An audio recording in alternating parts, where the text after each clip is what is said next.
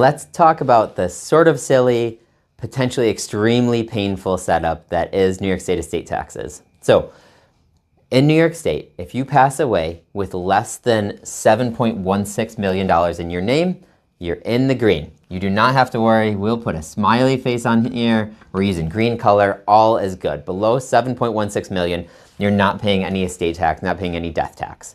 Awesome. If you go over 7.16 million, but under 7.52 million, the first dollars, everything below 7.16 is still good news. We're still happy on those dollars, but we're definitely less happy on these dollars, right? So you're now entering the marginal tax rate. So you're paying estate taxes just on the difference between what you pass away with and 7.16 million. That's if you fall in that narrow window. Beyond the narrow window, so say that you're at 7.7, right? We'll call this 8 million. You're at 8 million.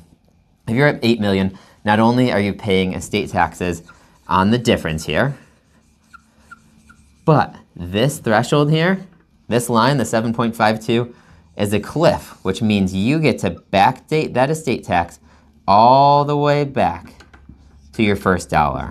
We'll just fill that completely with sad faces. Not only are you paying it on the marginal rate because you crossed it, it also cliffs back to your first dollar.